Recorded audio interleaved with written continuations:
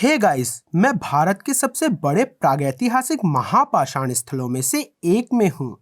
यह दक्षिणी भारत में हायर बेनकल नामक गांव के पास की एक पहाड़ी है। एक बेहद रहस्यमय जगह जहां पहुंचना मुश्किल है। इसमें पहाड़ी की चोटी पर बनी सैकड़ों अजीबोगरीब पत्थर की संरचनाएं हैं। हालांकि पुरातत्वविदों का कहना है कि ये लगभग 5000 साल पहले बनी प्रागैतिहासिक संरचनाएं हैं।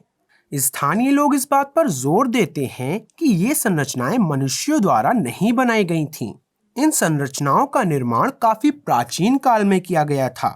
वे कहते हैं कि ये विशाल संरचनाएं, जिनकी संख्या सैकड़ों में है, इनका निर्माण अलौकिक लोगों की एक जाति द्वारा किया गया था, मोरयार नामक जाति।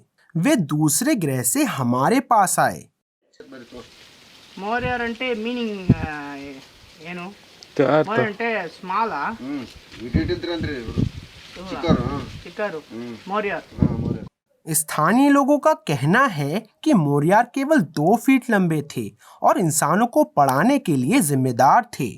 उन्होंने हमें विभिन्न कला और विज्ञान की तकनीकें सिखाईं।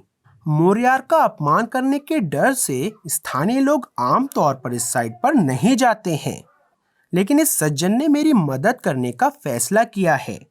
पुरातत्ववेत्ता और इतिहासकार भी इस पहाड़ी की यात्रा किसी और कारण से नहीं करते। भालू की वजह से भी हो सकता है। यह भालू का ताजा मलमूत्र है और मेरे पास भालू का स्प्रे नहीं है। वह मुझसे कहता है कि पहाड़ी पर कम से कम 3 दर्जन भालू हैं और हमें जल्द से जल्द वापस जाना चाहिए। लेकिन मैं रुकने पर जोर देता हूँ, क्योंकि इन मशरूम जैसी संरचनाओं में कुछ बहुत रहस्यमय है। इन संरचनाओं का निर्माण कैसे किया गया था?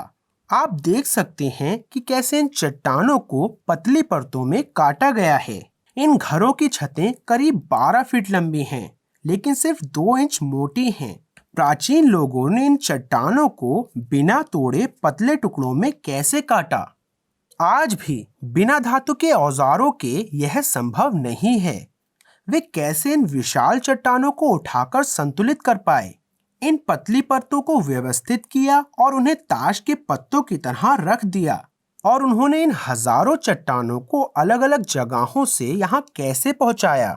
पत्थर की बड़ी संरचनाएं लगभग 8 फीट लंबी हैं, जो मनुष्यों के प्रवेश के लिए काफी लंबी हैं।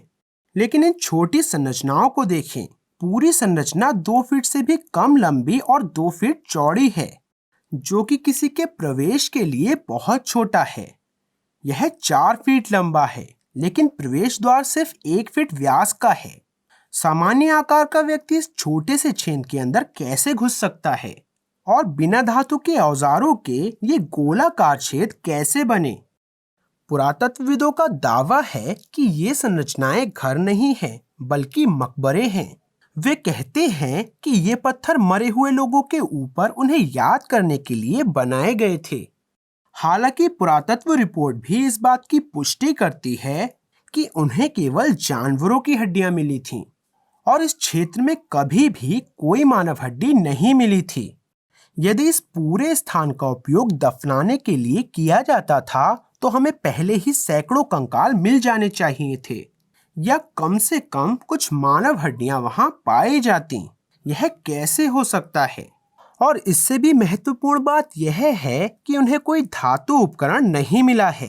अगर मानव ने इन संरचनाओं को मकबरे के रूप में बनाया, तो उन्होंने इन चट्टानों को आदिम पत्थर के औजारों से काटने में अपना पूरा जीवन क्यों बिताया? सच तो ये है कि विशेषज्ञ भी इस जगह के बारे में बहुत कम जानते हैं। वे इस जगह का असली नाम भी नहीं जानते, लेकिन स्थानीय लोग इसे मोरयार थट्टे कहते हैं। मोरयार शब्द अलौकिक लोगों की जाति को संदर्भित करता है और थट्टे शब्द का अर्थ कन्नड़ में एक तश्तरी या थाली है, जो कि एक राज्य की भाषा है। ये लोग इस जगह को मोरयार थट्टे इसलिए कहते हैं क्योंकि उनका दावा है कि एलियंस यहाँ उड़न तश्तरी से उतरे थे। यह अविश्वसनीय है, क्योंकि अपने पिछले एक वीडियो में मैंने आपको गुफा चित्रों को स्पष्ट रूप से दिखाया था। ओनाके किंडी नामक स्थान पर उड़न तश्तरी और अंतरिक्ष यात्रियों का चित्रण।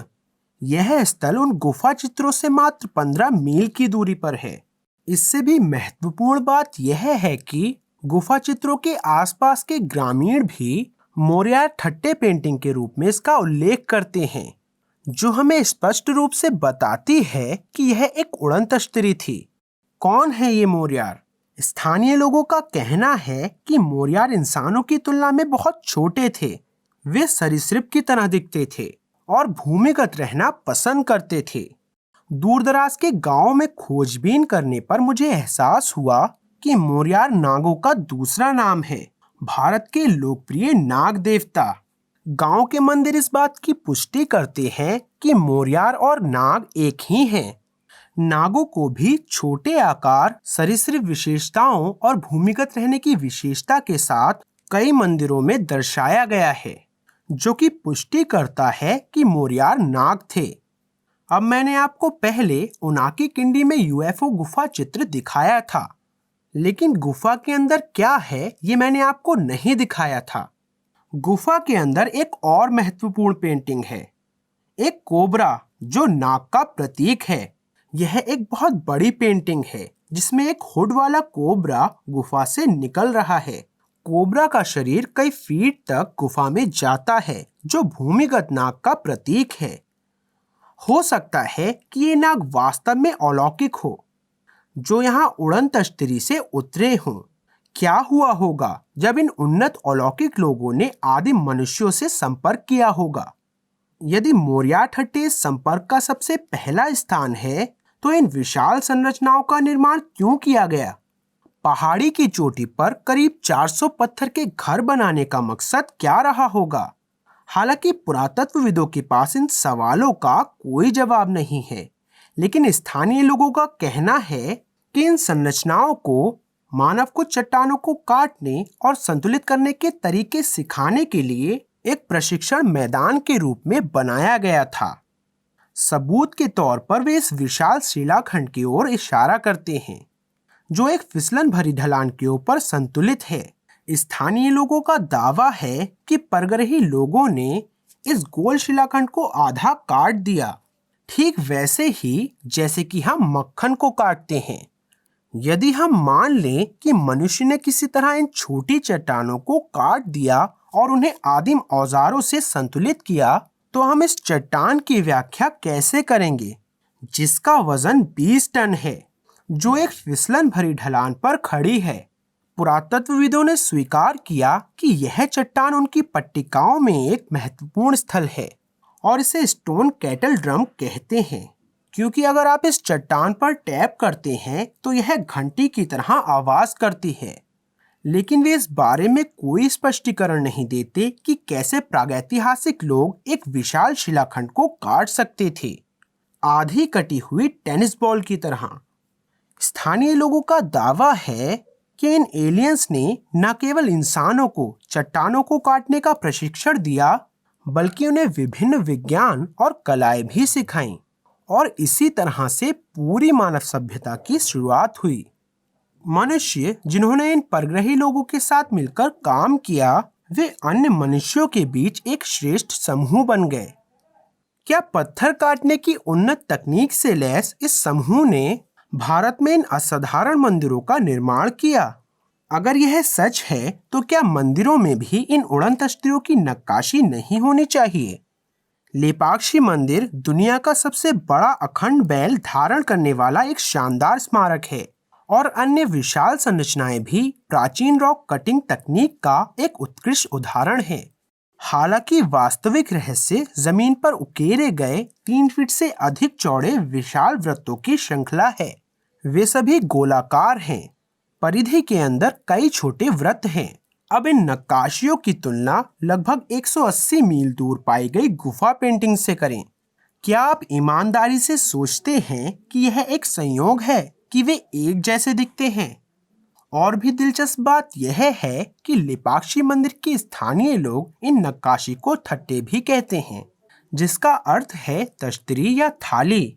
हजारों सालों से नाम होने के बावजूद भी स्थानीय लोग नहीं जानते कि इन्हें तश्तरी क्यों कहा जाता है, और उन्हें लगता है कि प्राचीन लोग उन्हें खाने की थाली के रूप में इस्तेमाल करते थे। देखें टूर गाइड क्या कहता है। इसका मेज प्लेट మిడిల్ రైస్ నవేడేస్ ఇది హోటల్ మీద వచ్చారా మనకి హోటల్లో ఇచ్చాలే బాంబే ప్లేట్ అని ఒక ప్లేట్ ఇచ్చి 4 కర్రీస్ ఇస్తారు కదా ఓ మోడల్ మనకి చూపించారు ఇక్కడ 3 ప్లేట్లు ఉన్నాయి చాలా ఉన్నాయి అక్కడ ఉన్నాయి వంటగది లోపల यह विचार कि लोग इस मंदिर में दुनिया की सबसे बड़ी अखंड संरचनाओं को तराश सकते हैं, पर उनके पास धातु की प्लेट नहीं थी और ये फर्श से खाते थे, ये निश्चित रूप से बकवास है। ये नक्काशियां जो पहले विशेषज्ञों को चकित कर चुकी हैं, स्पष्ट रूप से उड़न तश्तरियों का प्रतिनिधित्व करती हैं, जो दूसरे ग्रहों से आए और पृथ्वी पर उतरे। वास्तव में हम कई रहस्यमय मंदिरों में इन तश्तरियों के समान प्रतिनिधित्व देख सकते हैं, जिसमें एलोरा की गुफाएं भी शामिल हैं। हम एलोरा की गुफाओं में समान विशेषताओं वाले मोरियार या नागों को भी उकेरा हुआ देख सकते हैं, जो इंसानों से छोटे होते हैं। इनमें सरीसृप विशेषताएं होती हैं और ये भूमिगत रहते हैं। क्या यह संभव है कि नागों ने एलोरा गुफाओं की तरह महापाषाण संरचनाओं के निर्माण के लिए मनुष्यों के साथ काम किया हो?